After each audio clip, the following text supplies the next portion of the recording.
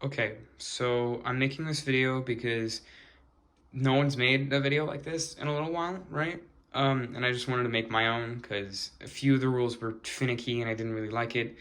This is a more challenging version of how to play Pokemon by yourself, so if you don't like it, then deal with it. I don't know.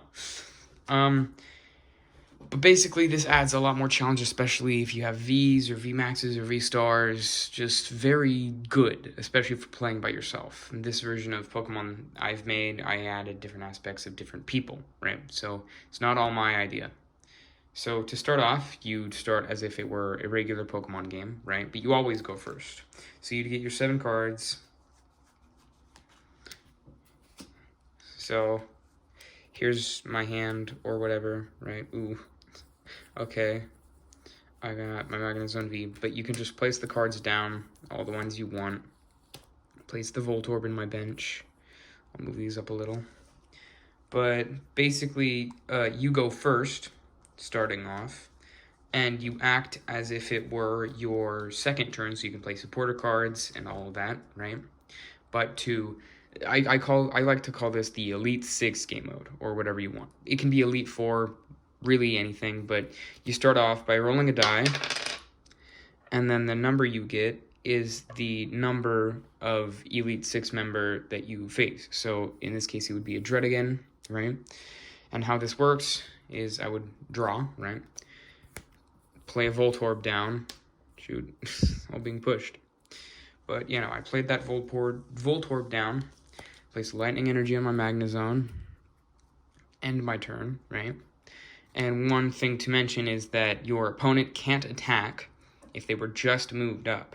So if, let's say, I kill Dredigan and the Gliscor moves up, then the Gliscor couldn't attack on their first turn of being alive. Makes it a little bit more fair. You can get rid of this restriction if you want even more challenge. Something to know is if you want less of a challenge, make it so you have a resistance to them, like choose Pokemon that you have resistance to. If you want it more of a challenge, even more already, then just choose Pokemon that you're weak to fight against. Or make them weak against you.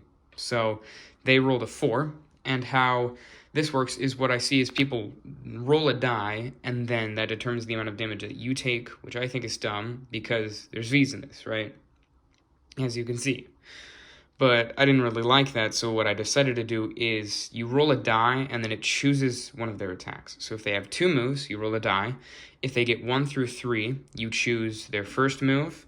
If they get 4 through 6, you choose their second move. If they have 3 moves, it's 1 through 2 for the first, 3 through 4 for the second, and 5 through 6 for the third. If they have abilities, just don't, because they don't have decks. You can or cannot use it. I'm not gonna blame you. But you really just play Pokemon as if it were normal.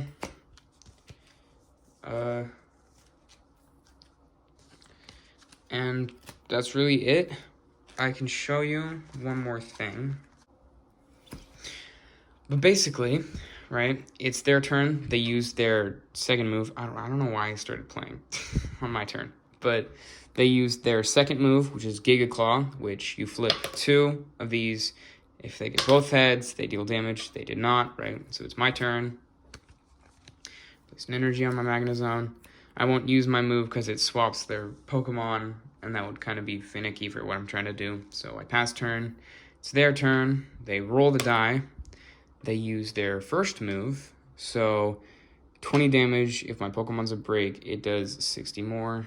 But it's not. So then it's my turn. Place down another energy. Use Howl. I draw. And then I just use Splitting Beam. So I deal a whole bunch of damage to them. And then I deal 30 damage to one of their benched Pokemon. And then it's their turn, so they roll to attack. They get the second move, so then they get another heads and another heads, so they deal 100 damage to me.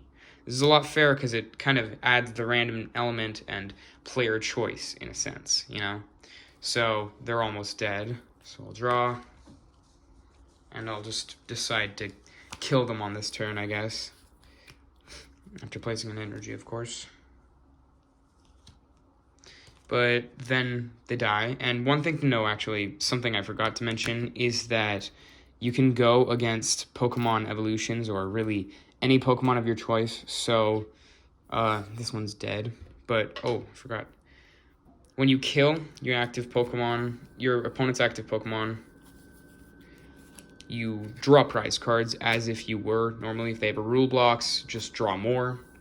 But in this way, it really does act like it's really Pokemon, and it's a lot funner. I like it, and it's fun.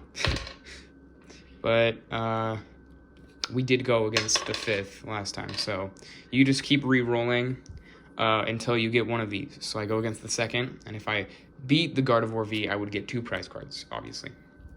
But since it's on their turn, like I said before, the rules, they can't attack on their first turn, so I would just draw. Then I'd use an Ultra Ball, discard 2 cards from my hand, search for a Pokemon. But this is basically just a really good way to play by yourself, adds a lot of choice into it, and it's a lot more fair. One thing that you can do is do kind of a boss mode, where you go against like 2 really good Pokemon VMAX, or 3 V-Stars, anything you really want. But it all ends up being really fun, so I would not kill the Gardevoir V yet. But yeah, you just end up playing this like it's regular Pokemon. Nothing too interesting. Their turn, they roll a die. They use their second move, which does 120 damage, so I'm almost dead. But yeah, it's fun, it works, it's easy, anyone can set it up. Goodbye.